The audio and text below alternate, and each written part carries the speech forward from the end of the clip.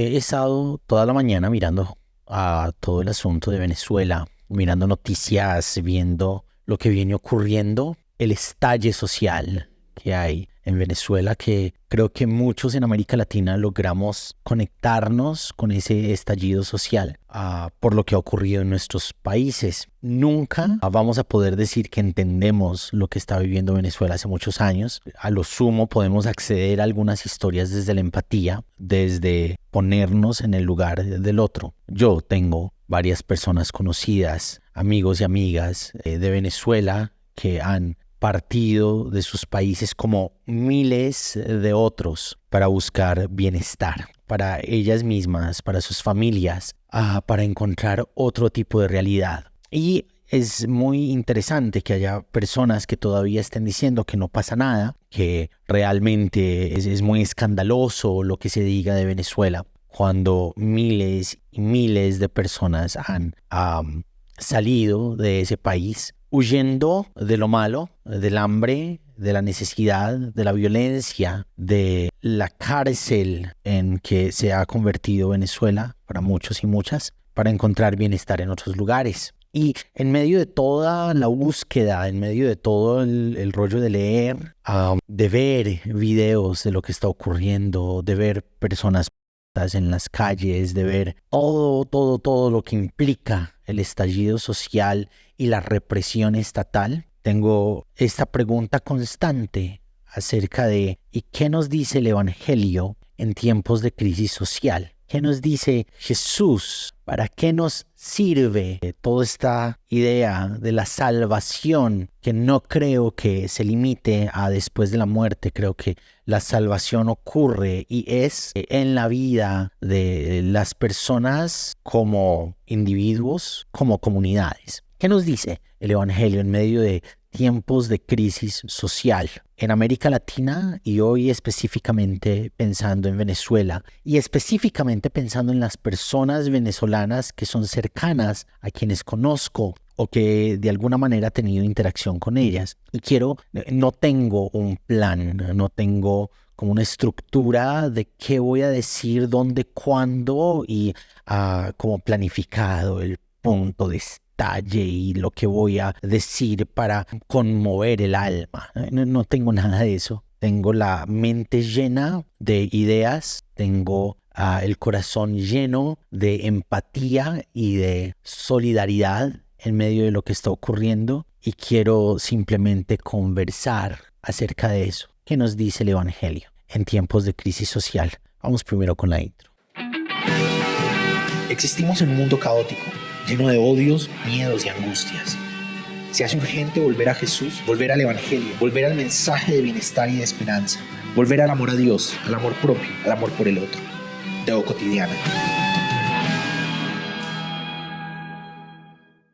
Algo que se nos suele olvidar cuando nos acercamos al Evangelio es que las anécdotas del Evangelio, lo que después va a ser llevado de la tradición oral a la tradición escrita, se gestan en medio de conflictos políticos y religiosos sociales. Se gesta en medio de personas que necesitan que llegue la respuesta de parte de Dios, porque están viviendo hambre y están viviendo muerte y están viviendo enfermedad y están viviendo angustia, porque su territorio está ocupado por un montón de gente extranjera que genera muerte y hambre y dolor y angustia y tristeza, y en medio de todo eso se hace más factible y más normal que haya enfermedades y hay un montón de ocupaciones que no son usuales. Se dispara la prostitución. Claro, están matando a los hombres, están dejando viudas a las esposas, están dejando huérfanos a los niños, madres que se quedan solas con sus hijos sin con qué comer y entonces empiezan a vender su cuerpo. El oficio de Jesús es tectón y el tectón es alguien que vende su fuerza de trabajo a cambio de un salario convenido, es a fuerza de trabajo bruta. cuando digo que bruta no estoy refiriéndome a que las personas sean brutas, sino que no es un trabajo especializado. Y esto está ocurriendo porque las personas están quedando sin tierras. Las tierras que administran, las tierras que siembran y de donde ciegan el alimento, de donde las familias comen, los impuestos están muy altos, están haciendo préstamos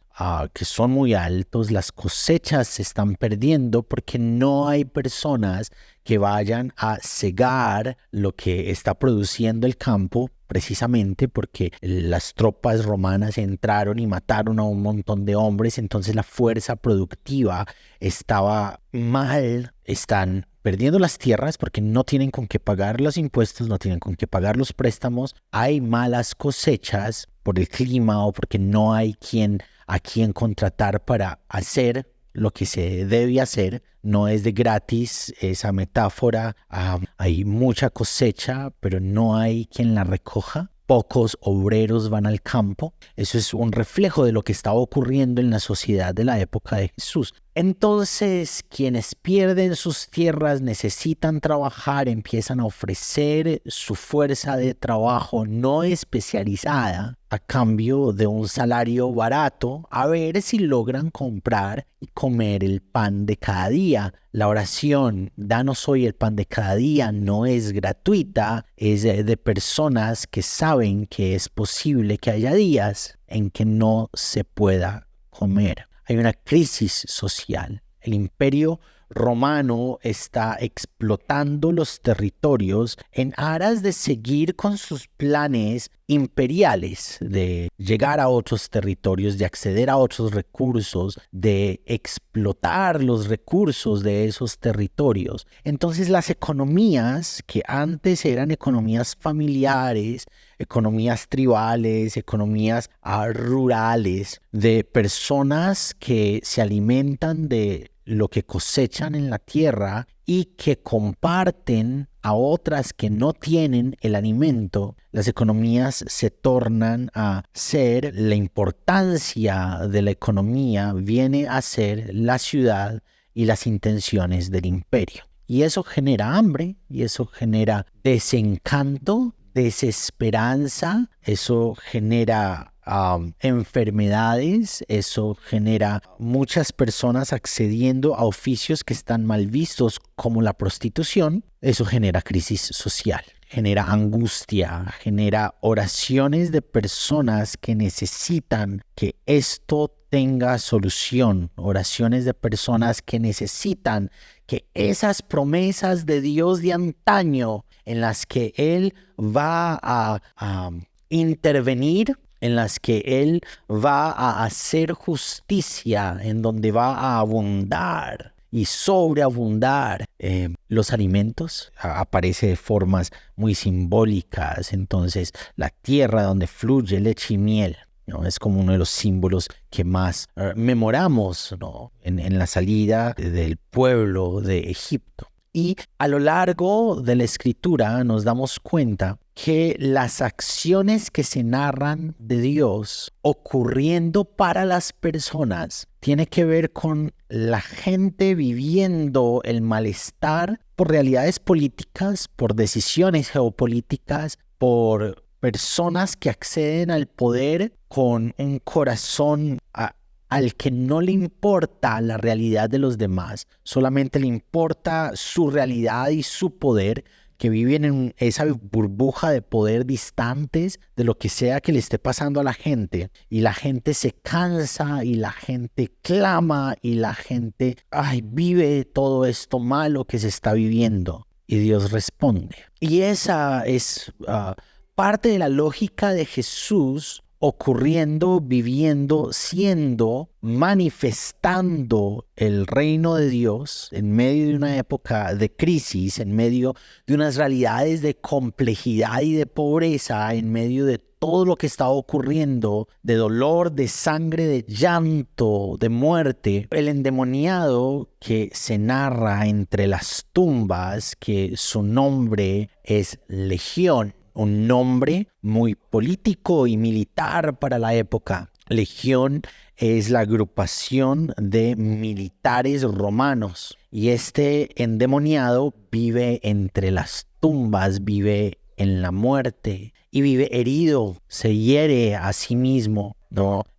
Legión, una política de muerte, una política de heridas, una política de dolor del Imperio Romano por medio de sus milicias. Un poquito lo que ocurre en nuestros países, específicamente hablando de Venezuela, una política de hambre, una política de dolor, una política de muerte, una política de opresión que se enseñorea de las personas, que genera heridas, heridas del corazón, heridas del alma, heridas del cuerpo, heridas sociales. Muy posiblemente hoy el endemoniado no diría legión, sino que nombraría las realidades de nuestros países, hoy específicamente la realidad del país de Venezuela. Y el Evangelio nos muestra a Jesús como el agente, la encarnación de la palabra de Dios, la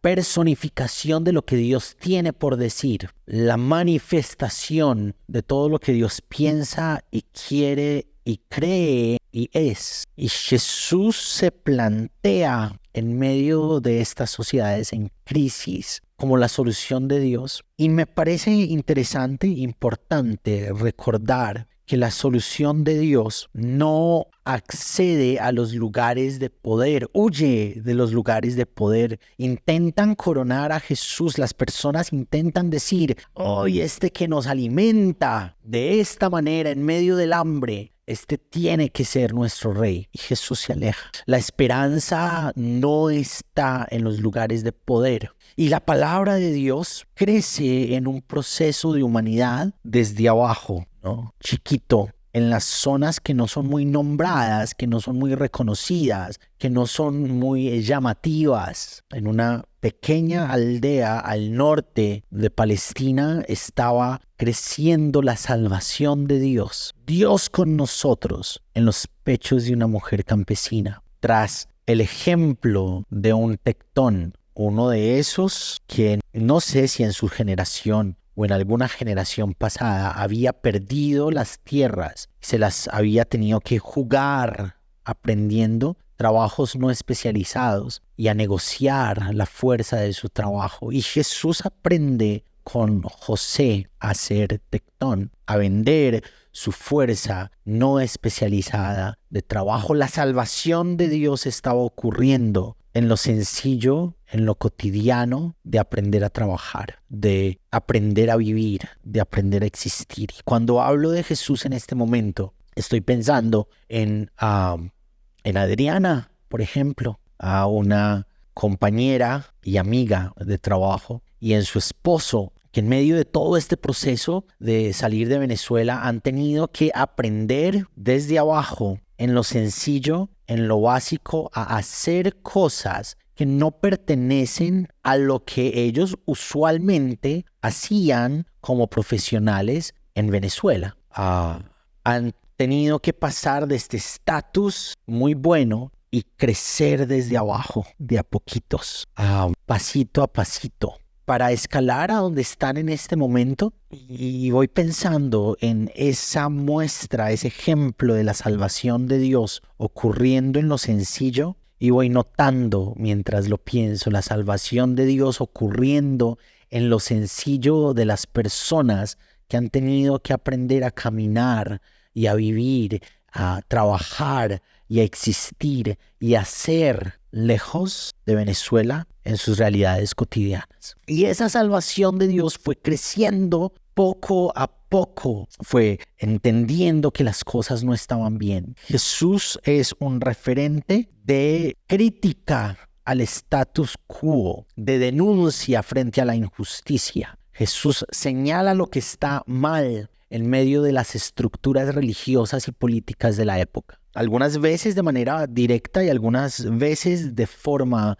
simbólica. Jesús es un referente de protesta social frente a lo malo, frente al hambre, frente a las estructuras y a las decisiones políticas, frente a las realidades económicas y religiosas que generan opresión y hambre y distancia del bienestar. La esperanza de nuestros países no está en quien ocupe el poder. Sabemos que si es una realidad en dictadura que quiere mostrar, entre comillas, que está jugando bajo el escenario de la democracia, van a usar la democracia para mediatizar el hecho de que ganaron elecciones, pero no les va a interesar quién haya ganado o no. Van a buscar seguir ocupando el poder. Una de las características de las realidades discursivas de la época de Jesús es que las personas sabían que no tenían mucho que ver, que aportar o no a las estructuras de poder. Las personas no ponían o quitaban al César del imperio. Las personas no tenían voz y voto en quienes gobernaban de manera local en el imperio romano. Lo que las personas sí tenían era sus vidas y sus construcciones y su entrega por construir, por lograr, por establecer vidas de bienestar. Las personas sí tenían la voz para levantar, símbolos para representar protesta. Y cuando hablo de eso pienso en la entrada a Jerusalén de Jesús, que es una parodia a la manera en que los reyes entran a Jerusalén cuando conquistan Palestina. Este reino rey, este rey campesino, esta salvación al revés, que no saca espada y pelea, sino que levanta discursos y hace críticas a las estructuras, que denuncia la realidad de la injusticia, entra en un pollino mostrando que el evangelio conquista, la buena noticia alcanza, conquista, una buena noticia que se abre camino en medio de los aldeanos, quienes entran con Jesús por la entrada triunfal. Son las personas que venían con él, que se fueron uniendo a esta misión itinerante de sanar a los enfermos, de alimentar a quienes tienen hambre, de acompañar en las tristezas a quienes están llorando, de abrazar en medio de lo malo a quienes viven eso malo, que es una realidad estructural de la época. Dios está ocurriendo, Dios no ha dejado de ocurrir. Dios escucha el clamor de las personas que necesitan ser salvadas en medio de las realidades estructurales. Dios está manifestando y encarnando salvación.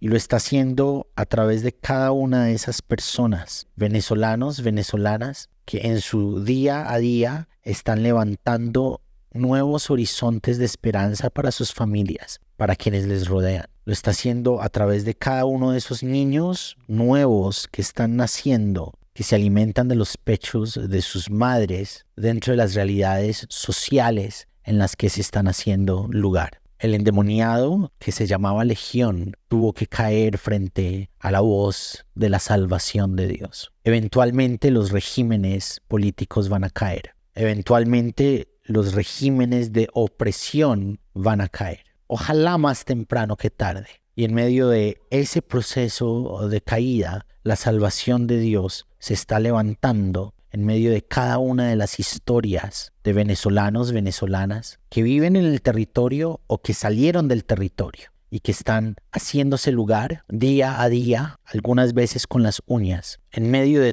toda esta nueva realidad emocional, psicológica y física. La salvación de Dios está ocurriendo y cada uno, cada una va a cumplir un papel importante en medio de ese ocurrir de Dios. Que Dios salve a Venezuela, que Dios acompañe las historias de quienes son de ese país y viven en medio del dolor de patria y el dolor de hambre muchas veces. Que el evangelio, que es buena noticia y esperanza, les sea encarnado en medio de todo lo que hacen y que cada uno y cada una pueda encontrar de diferentes maneras a Dios salvándoles en medio de sus historias. Que Legión caiga, que no dejes de tener la esperanza de que Dios te está abrazando. Un abrazo gigante. Que brille sin medida.